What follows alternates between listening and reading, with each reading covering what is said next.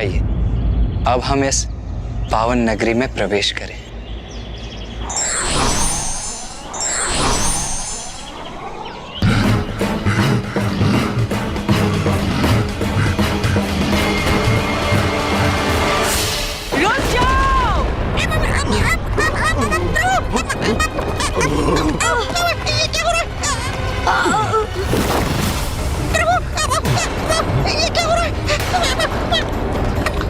ये कौन है?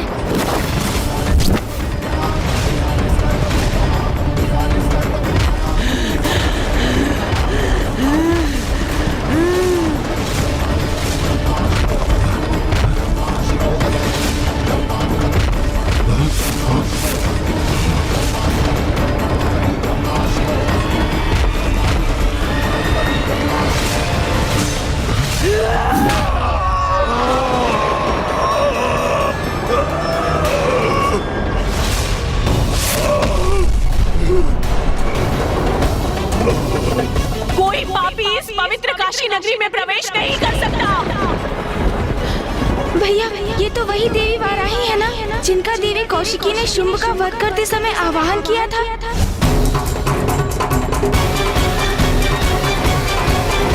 हाँ गणेश, माता वाराही तो काशी की रक्षिका है, जो प्रत्येक बुरी शक्ति से काशी की रक्षा करती है।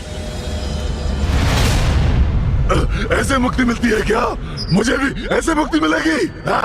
दुष्ट, पापी, पिशाच, पवित्र पावन काशी नगरी में पांव धरने का भी दुस्साहस कैसे किया तुमने? ये तो बहुत उग्र है। अपनी उग्रता की प्रचंडता से अपने प्रबलतम शत्रुओं को धाराशायी करती है माँ। फिर ज्ञानारी तो मात्र एक पिशाच ही है। माता वाराही उसे क्षण भर में चीर कर रख देंगी। जब तक प्रथम पूज्य गणेश जी साथ हैं, मेरा कोई कुछ हित नहीं कर सकता। इसलिए मुझे भयभीत नहीं होना चाहिए। कुछ नहीं होगा मुझे, वही करेंगे मेरी रक्षा। अच्छा, ऐसे नहीं मानोगे तुम। इतना दुस्साहस तुम्हारा कि मेरी चेतावनी के बाद भी आगे बढ़ने का, काशी के भीतर आने का प्रयास कर रहे हो।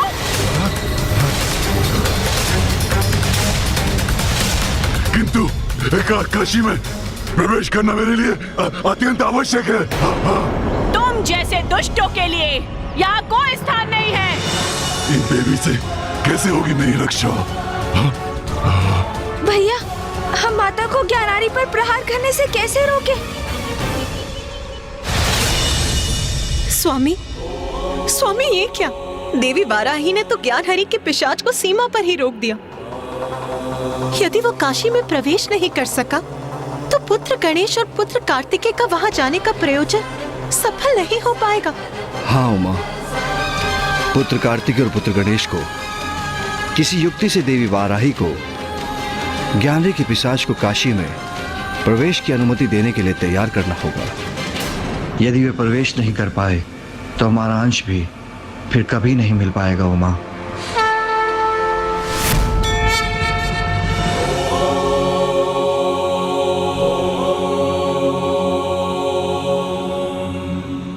अब मैं तुझे नहीं छोड़ूंगी दुष्ट।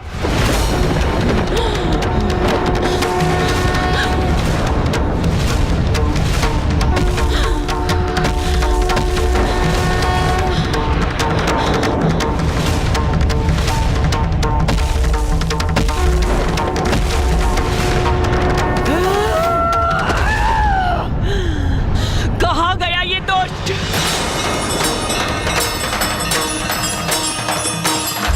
कहाँ गया?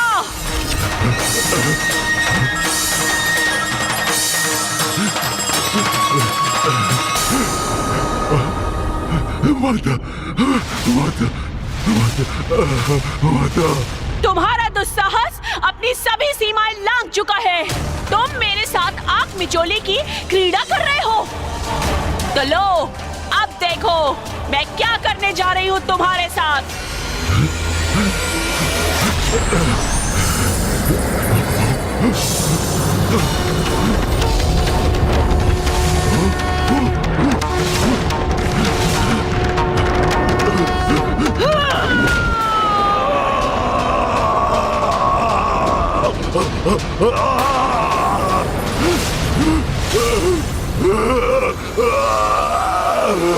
ये क्या? ऐसे तो ज्ञानारी के पिशाच का विनाश हो जाएगा। जिस उद्देश्य से वो यहाँ आए थे वो कभी पूर्ण नहीं होगा। रक्षा कीजिए प्रभु, रक्षा कीजिए। प्रभु प्रभु, आपने वचन दिया था प्रभु, अथवा क्या ये वही मुक्ति है जिसका आपने मुझे वचन दिया था? तो क्या इस मुक्ति की आस में इस योनि में भी अपने प्राण से मुक्त हो जाऊंगा प्रभु? प्रभु रक्षा कीजिए प्रभु, सहायता कीजिए प्रभु। दुष्ट पिशाच, मैं तुम्हें ऐसे भस्म करूंगी कि तुम स्वयं को अग्नि की प्रचंड लपटों के मध्य उनसे झुलसते हुए चित्कार करते हुए पाओगे। भैया, माता की उग्रता तो बढ़ती जा रही है। प्रभु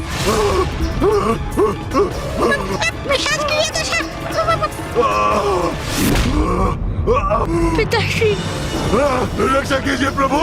हमें माता को शांत करना होगा और कदाचित माता की स्तुति से ही ये संभव है। किंतु गणेश, हम देवी वाराही का स्तुति गान करेंगे कैसे? हमें तो उनकी स्तुति आती ही नहीं है। भैया, यदि हम अपने नेत्र बंद कर भक्ति भाव से उन्हीं शब्दों का उच्चारण करें जो हमारे अंतर में उत्पन्न हो रहे हैं, तो हमारे अंतर की गहराई से उत्पन्न स्तुति को सुन माता वाराही अवश्य शांत होंगी। हाँ गणेश, तुम उचित कह रहे हो।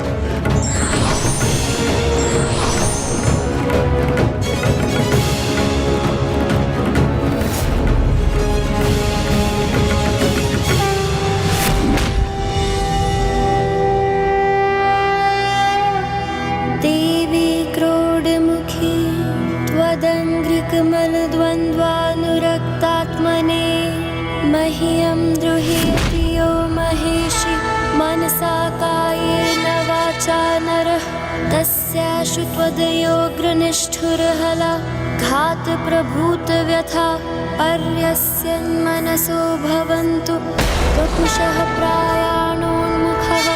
ॐ ह्रीं नमो वाराहि अघोरे स्वप्न दर्शय दर्शय ठः ठः स्वाहा।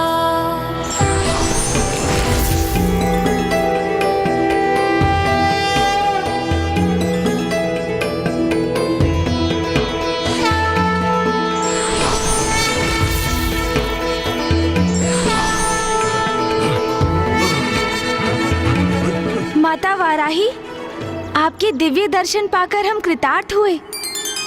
माता, हम महादेव और माता पार्वती के पुत्र हैं। क्षमा कीजिए माता, किंतु हम काशी में किसी अनुचित प्रयोजन से प्रवेश करने का प्रयास नहीं कर रहे थे। तुम कौन हो ये मुझे भली भांति ज्ञात है पुत्र। तुम दोनों महादेव और देवी पार्वती के पुत्र हो, किंतु पुत्रों, तुम दोनों इस पिशाच के साथ यहाँ क्यों हो? माता, ये पिशाच हमारे साथ काशी में आए हैं। हाँ माता, क्योंकि मैंने इन्हें इनकी इस योनि से मुक्ति दिलाने का वचन दिया है। कृपया कर आप अपना क्रोध त्याग दें माता, और इन्हें काशी में प्रवेश करने की अनुमति दें। पुत्र गणेश, मैं तुम्हारी स्तुति से अति प्रसन्न हुई। आज तुमने जिस प्रकार शास्त्रीय संगीत से युक्त मेरी स्तुति की है पुत्र गणेश, वो अत्यंत मनभावन है। इसलिए आज के बाद सदा मेरी स्तुति इसी प्रकार शास्त्रीय संगीत से युक्त होगी, और जो भी भक्त इस प्रकार मेरी स्तुति करेगा, मैं उसकी मनोकामना अवश्य पूर्ण करूंगी। और मेरा कार्य, अर्थात मेरी मनोकामना जिसके लिए मैं आपके पास आया था प्रभु, हाँ, वो भी तो पूर्ण होनी चाहिए ना प्रभु। आप माता से अनुरोध कीजिए ना कि वो मुझे काशी में प्रवेश करने की अनुमति दे प्रभु।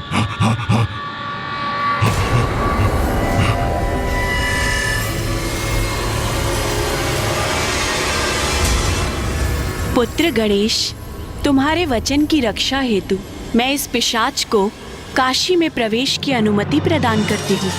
धन्यवाद माता। आपको अनेकों अनेकों अनेकों अनेकों धन्यवाद। चलिए अब तो अनुमति भी प्राप्त हो गई। चलिए शीघ्र चलिए। माता, यदि आपकी अनुमति हो तो मैं आपसे एक प्रश्न पूछ लूं? अनुमति प्रश्न पूछने की? अभी नहीं नहीं नहीं, ये आप क्या कर रहे हैं प्रभु? अभी अभी समय कहाँ है किसी प्रश्न का? सर्वप्रथम मुझे इस पिशाच योनि से मुक्त करने का वचन पूर्ण कीजिए प्रभु। चलिए चलिए प्रभु चलिए। ज्ञानारी जी, मैंने स्तुति गान कर माता को प्रसन्न किया।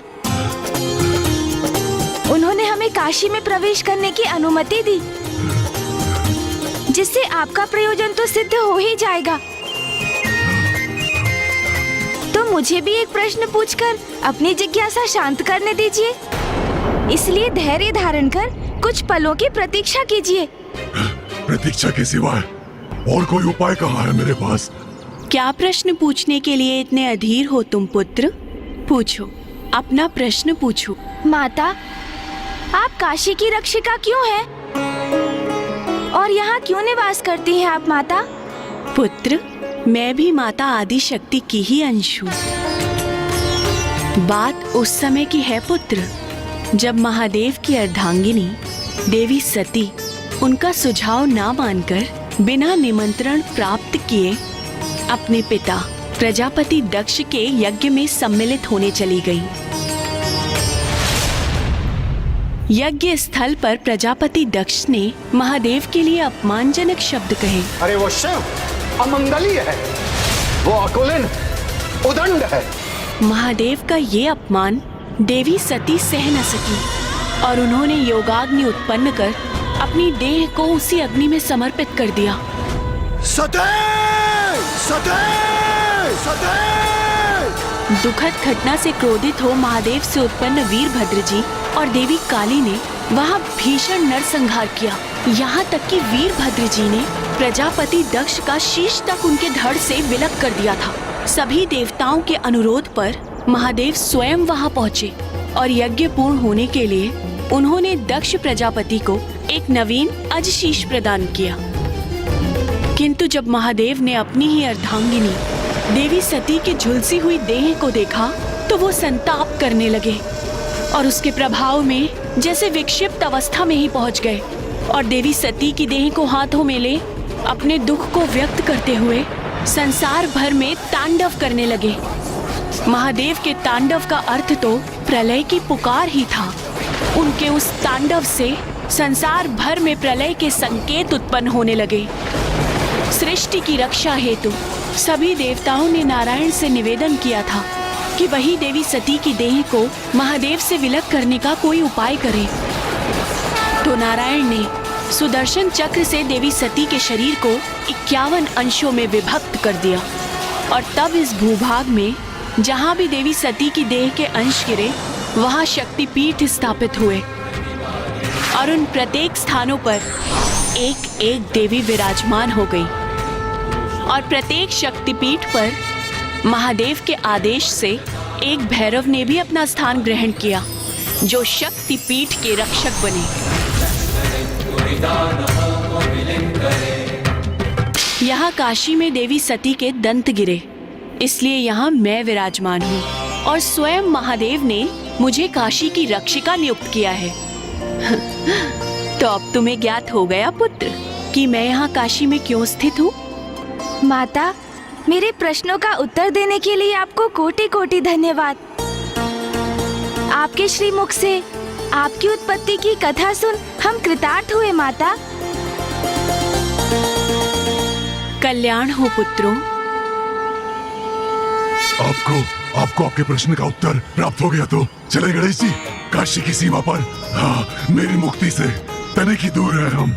मैं कब तक ऐसा प्रतीक्षा करता रहूंगा प्रभु, मुझे इस योनि से मुक्ति प्राप्त करने के लिए। प्रभु चलिए प्रभु। उमा, अब मेरे पुत्र मेरी काशी की सुंदरता के साक्षी बनेंगे। हाँ स्वामी, देवी वाराही ने उन्हें वहां प्रवेश करने की अनुमति तो दे दी, किंतु मुझे आभास हो रहा है कि उनके मार्ग में अभी भी बाधाएं शेष हैं। क्योंकि स्वामी, क्या ये संभव है कि एक पिशाच को उसके पिशाच योनि से मुक्ति दिलाना इतना सहज और सरल है? एक बात सदा स्मरण रखना पुत्रों, यद्यपि काशी स्वयं महादेव के शिवलिंग का ही स्वरूप है, किंतु इस पिशाच को विश्वनाथ मंदिर के गर्भगृह में प्रवेश कदापि मत करने देना, क्योंकि ज्ञानारी का अंत हुए अभी 1 वर्ष पूर्ण नहीं हुआ है, इसलिए अभी उसकी सूतक अवधि ही चल रही है। अवश्य माता। यदि मुझे मंदिर में प्रवेश ही नहीं मिलेगा तो मुझे मुक्ति कैसे मिल पाएगी? तो क्या गणेश जी ने मुझे मिथ्या वचन दिया है या अपना वचन निभाने के लिए वो अपने पिता के मंदिर के नियम को भंग करेंगे?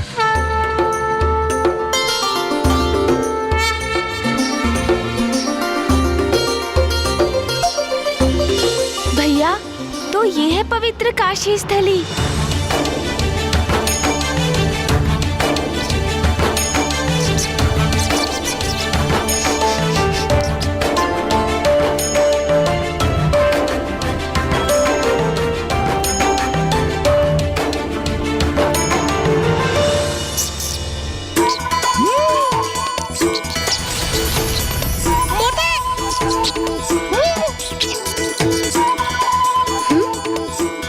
अच्छा, तो मूषक जी, आप इन लड्डुओं की सुगंध का आनंद ले रहे हैं। ये दिखने में इतना स्वादिष्ट और मधुर है कि मैं स्वयं को रोक ही नहीं पाया। हर हर महादेव, शिव शिव शिव शिव, हर हर महादेव, शिव शिव शिव शिव, हर हर महादेव। भैया वो देखिए, ऋषि एवं साधुगणों की टोली पिताश्री का नाम जपते हुए। हमें उन्हें मार्ग देना चाहिए। ये दृश्य कितना अद्भुत है ना भैया।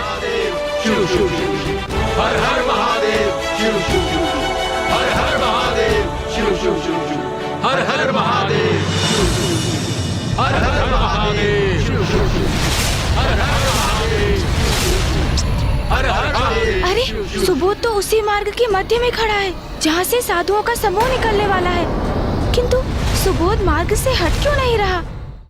हर हर महादेव, हर हर महादेव, हर हर महादेव, हर हर महादेव, सुबोध! हर हर महादेव।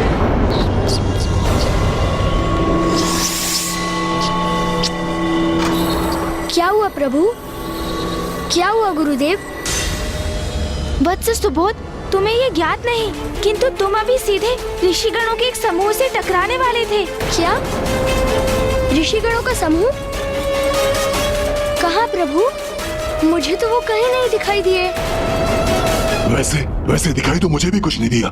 मैं तो इसी असमंजस में था कि भला आप दोनों हाथ जोड़े किसे प्रणाम कर रहे थे। हर हर महादेव, शिव शिव शिव, हर हर महादेव, शिव। भैया, जिस काशी के दिव्य दर्शन मुझे और आपको हो रहे हैं, वो अन्य किसी को दिखाई नहीं दे रही है भैया। आप सभी को वो ऋषिगण नहीं दिखाई दिए, क्योंकि उनके पावन दर्शन सभी को नहीं हुए।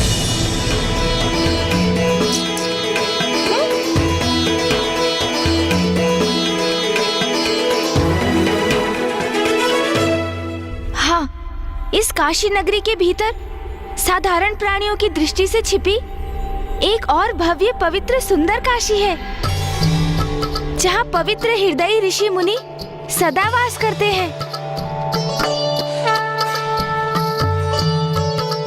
जहाँ देवता गंधर्व अपने उच्च स्थानों से नित्य आकर पूर्ण निष्ठा और भक्ति से प्रभु शिव का जलाभिषेक कर उनकी प्रार्थना करते हैं, और उनमें से कुछ तो भक्ति से ओतप्रोत हो अनेकों वर्षों तक काशी में ही निवास करते हैं।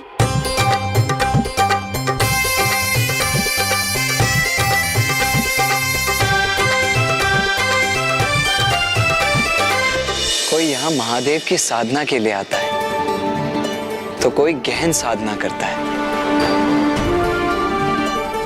कोई काशी वास का पुण्य प्राप्त करता है, और यहाँ मात्र अदृश्य भक्त ही नहीं,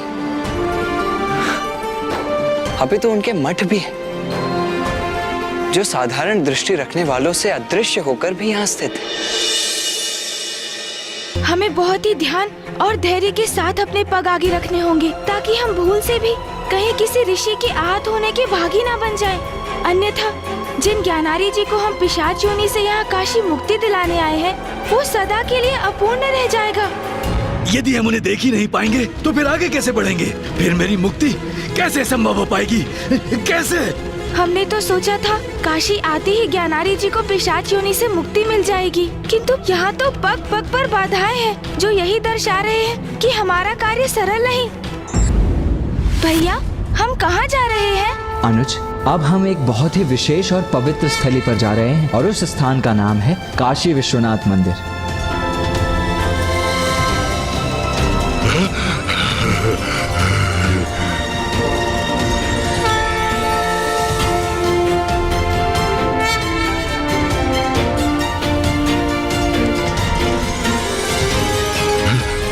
प्रणाम पिताश्री।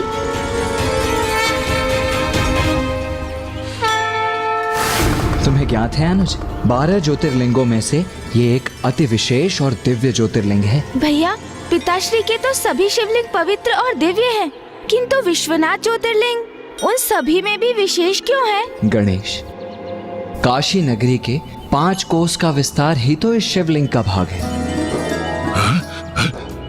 जैसे काशी नगरी की उत्पत्ति की एक कथा है, वैसे ही विश्वनाथ मंदिर में स्थित इस शिवलिंग की भी एक विशेष कथा है। कैसी कथा भैया? वो कथा हमें भी सुनाइए ना। आपने तो कहा था काशी पहुंचते ही शीघ्र अतिशीघ्र इस योनि से मुक्ति मिल जाएगी प्रभु। वो क्षण कब आएगा? कब आएगा? मैं तो अभी भी इस भयानक दशा से मुक्त होने की प्रतीक्षा में हूँ प्रभु। ज्ञानारी जी, हम पवित्र काशी नगरी में आए हैं, तो उसकी महिमा समझे बिना आपको कैसे मुक्ति प्राप्त होगी? अच्छा, हाँ तो शीघ्र शीघ्र सुनाइए वो कथा प्रभु, शीघ्र सुनाइए। विवाह के उपरांत पिताश्री माँ को लेकर कैलाश आ गए। माता कैलाश में एकमात्र नारी थी और पिताश्री सदा ध्यान में रहते थे, इसीलिए माँ उदास हो जाती थी। और फिर एक दिवस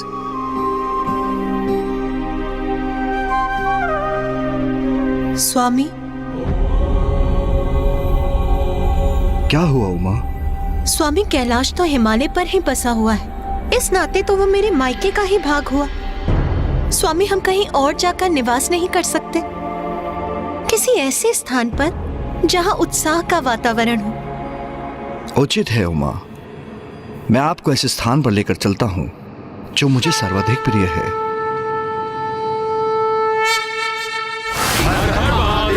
शिव शिव शिव शिव, हर हर महादेव, शिव शिव शिव शिव, हर हर महादेव, शिव शिव शिव शिव, हर हर महादेव, शिव शिव शिव शिव, हर हर महादेव, शिव शिव शिव शिव शिव,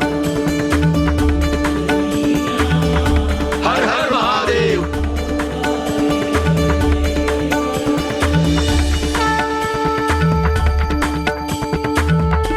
उमा, ये है काशी, मेरी सबसे अधिक प्रिय नगरी। स्वामी, ये नगरी तो मुझे भी भा गई। मन करता है यहीं स्थित हो जाऊं। हाँ प्रिय।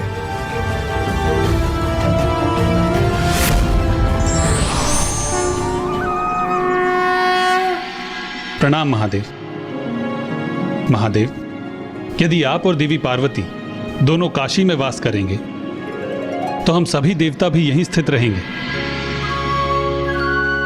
सत्य है, इस नगरी से अधिक पावन स्थान तो समस्त संसार में कहीं भी नहीं।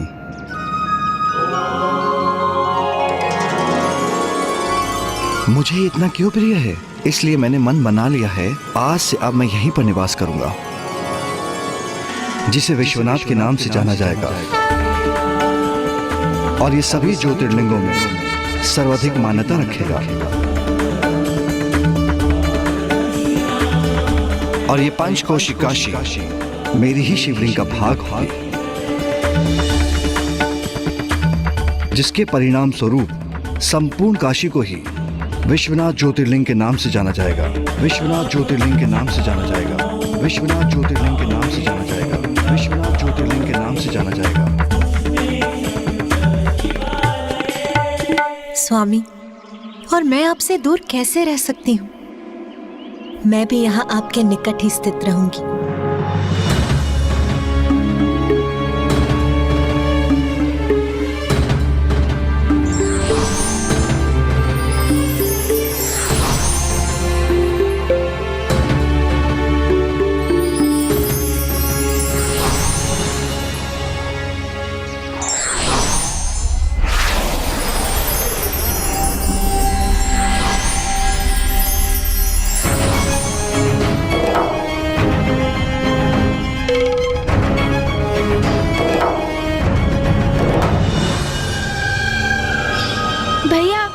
शिवलिंग के रूप में साक्षात पिताश्री अर्थात जगत पिता परमेश्वर महादेव है। हाँ गणेश, पिताश्री के ज्योतिर्लिंग के शुभ दर्शन कर, उनका जलाभिषेक कर, उनका स्मरण और उनकी पूजा करते हैं। शीघ्र शीघ्र जाइए आप दोनों। हाँ हाँ, उसके पश्चात अवश्य मुझे इस योनि से मुक्ति प्राप्त होगी। हाँ, जाइए जाइए जाइए। हाँ।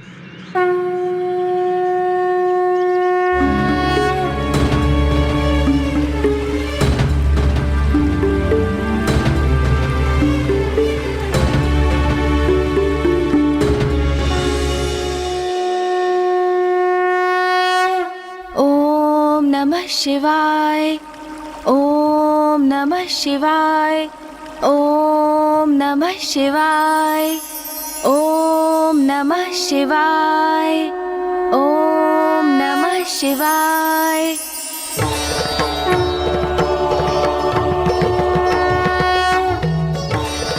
हमारा प्रणाम स्वीकार करें पिताश्री।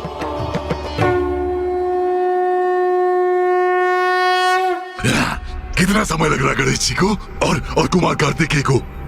पिताश्री, वो देखिए, प्रभु गणेश जी और गुरुदेव लौट रहे हैं।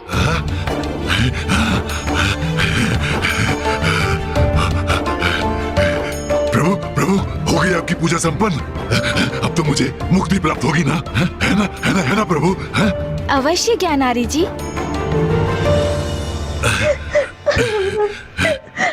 चलिए चलिए प्रभु, चलिए।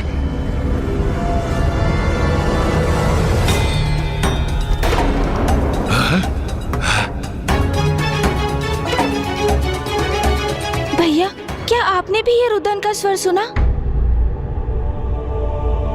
हाँ गणेश,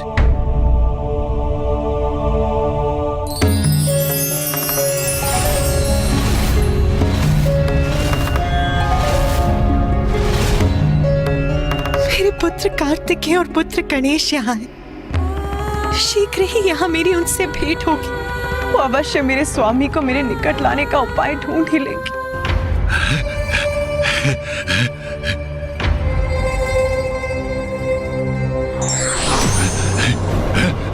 कहाँ जा रहे हैं आप दोनों? मुझे मुक्ति चाहिए मुझे। मुक्ति देने का वचन आप भंग कर रहे हैं। मुझे मुक्ति दिलवाइए, अभी दिलवाइए। हाँ प्रभु।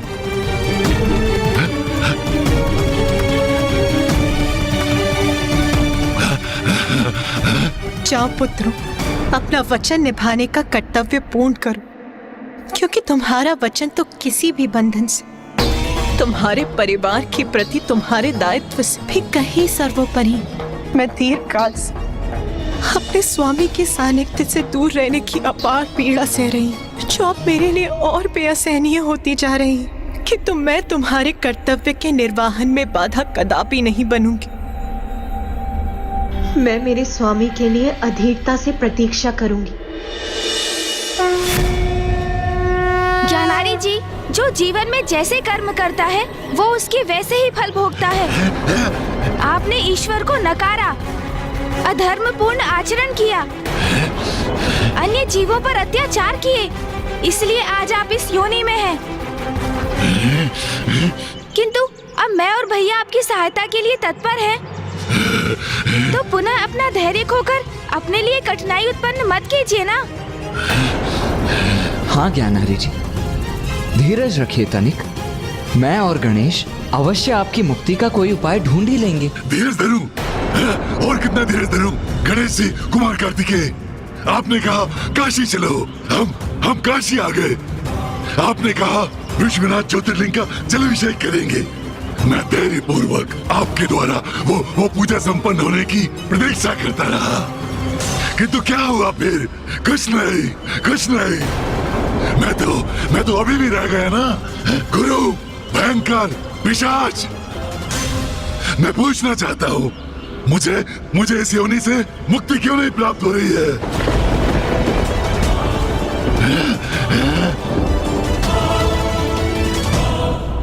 क्या मैं यही मान लूं कि मैं इसी प्रकार पिशाच बनकर भटकने पर विवश हूँ?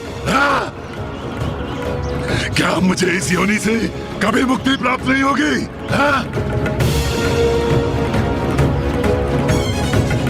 नहीं,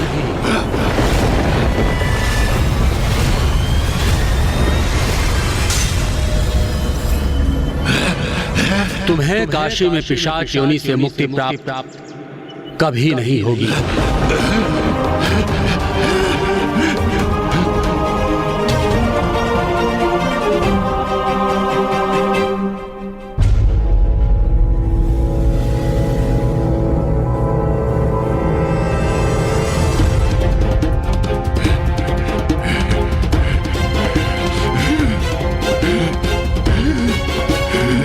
ये ऋषिवर क्या कह रहे हैं? क्या नारी जी पिशाच योनि से कभी मुक्त नहीं हो पाएंगे?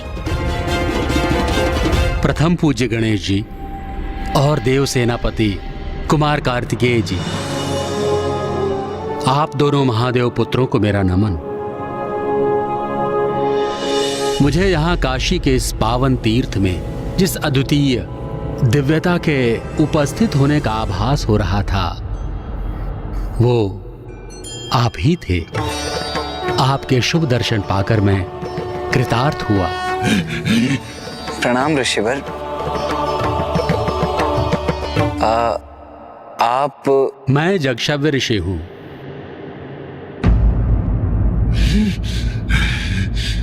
महादेव का एक साधारण भक्त। मेरा नियम है, महादेव के दर्शन के बिना अन्न और जल भी ग्रहण नहीं करता हूं। ये सब तो ठीक है, किंतु आपने क्यों कहा कि मुझे काशी में मुक्ति प्राप्त नहीं होगी? क्यों कहा आपने ऐसा? काशी नगरी तो मुक्ति और मोक्ष का मार्ग प्रशस्त करती है। यहाँ जो जीव मरणासन्न अवस्था में पहुंचता है और जिसकी यहाँ मृत्यु हो जाती है, उसे स्वयं महादेव उसके कर्ण में तारक मंत्र का उच्चारण कर उसका उद्धार करते हैं, उसकी सदगति निश्चित करते हैं। किंतु मेरी मृत्यु तो काशी में नहीं हुई है, तो मेरी मुक्ति का क्या होगा? मुझे वो सदगति कैसे प्राप्त होगी?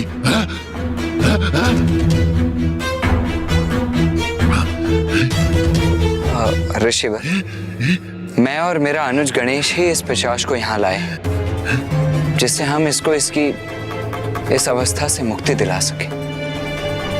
तो कृपया अब आप ही हमारा मार्गदर्शन करें कि किस प्रकार हम इसकी सहायता करें।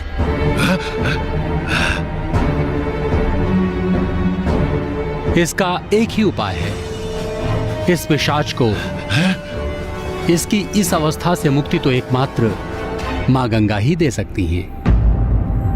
हाँ भैया, ऋषिवर सर्वथा उचित कह रहे हैं। माँ गंगा तो मोक्षदायिनी है। मोक्ष और मुक्ति की वो एक माध्यम है।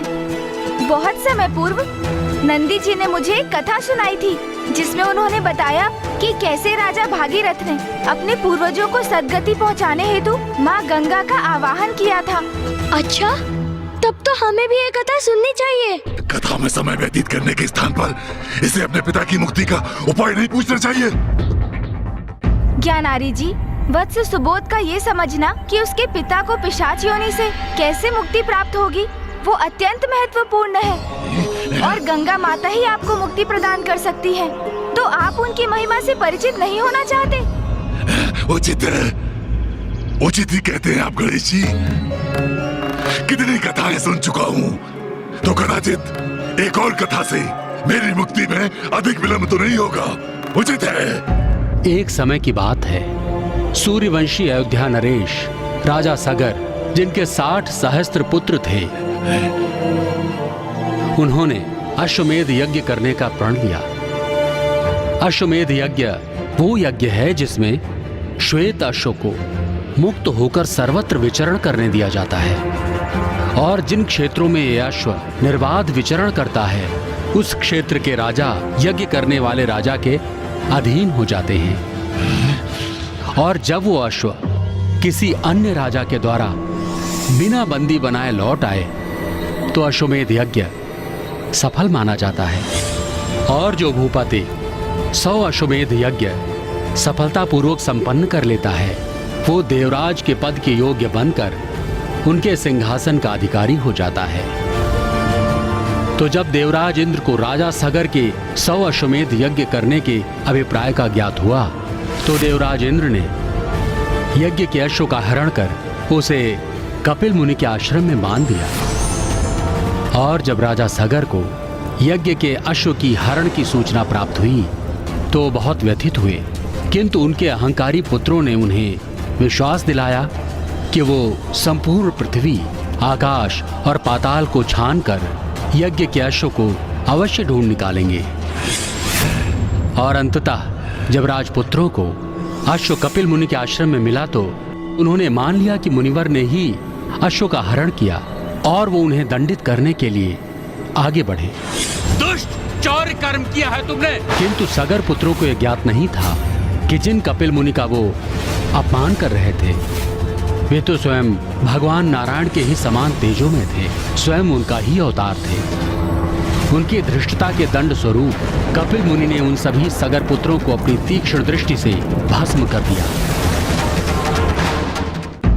राजा सगर दुख में डूबकर अपने पुत्रों की मुक्ति का उपाय करने लगे, किंतु न उन्हें और न ही उनके पौत्र राजा अंशुमन और उनके पुत्र राजा दिलीप को ही इस कार्य में सफलता मिली। और उनके 60 सहस्त्र पुत्र उसी भांति जली राख बनकर स्थित रहे। किंतु फिर राजा सगर के पुत्र दिलीप के वंशज राजा भगीरथ ने अपने पूर्वजों को मुक्ति दिलाने का निर्णय लिया और उन्हें ज्ञात था कि मां गंगा ही उनके पूर्वजों को मुक्ति प्रदान कर सकती हैं। और साथ ही उनके राज्य में भयंकर सूखा भी पड़ा। अपने पूर्वजों के साथ साथ राजा भागीरथ ने अपनी प्रजा की भलाई के लिए मां गंगा का घोर तप किया और अंततः माता ने उनके तप से प्रसन्न होकर पृथ्वी पर उतरने का वरदान उन्हें दिया। पुत्र भागीरथ,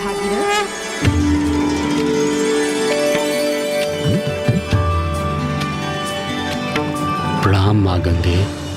पुत्र भागीरथ, मैं तुम्हारी तपस्या से प्रसन्न होकर पृथ्वी पर उतरने के लिए प्रस्तुत हूँ।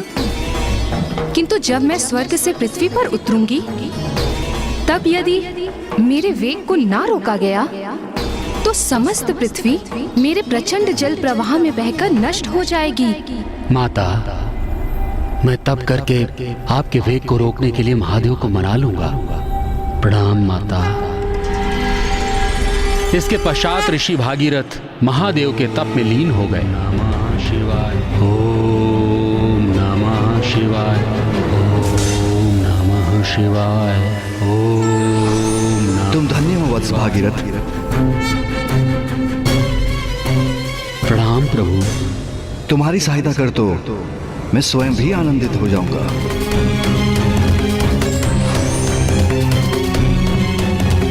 देवी गंगा, मैं आपके वेग को संभालने के लिए प्रस्तुत हूं। निश्चिंत होकर नीचे आइए।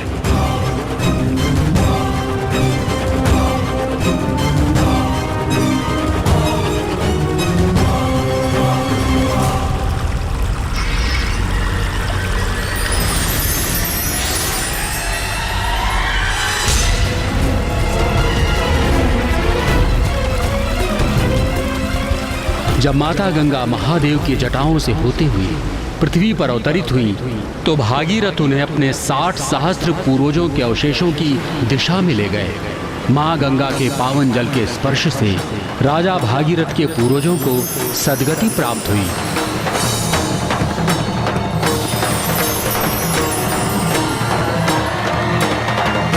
इसलिए मोक्ष और मुक्ति प्रदान करती है मां गंगा।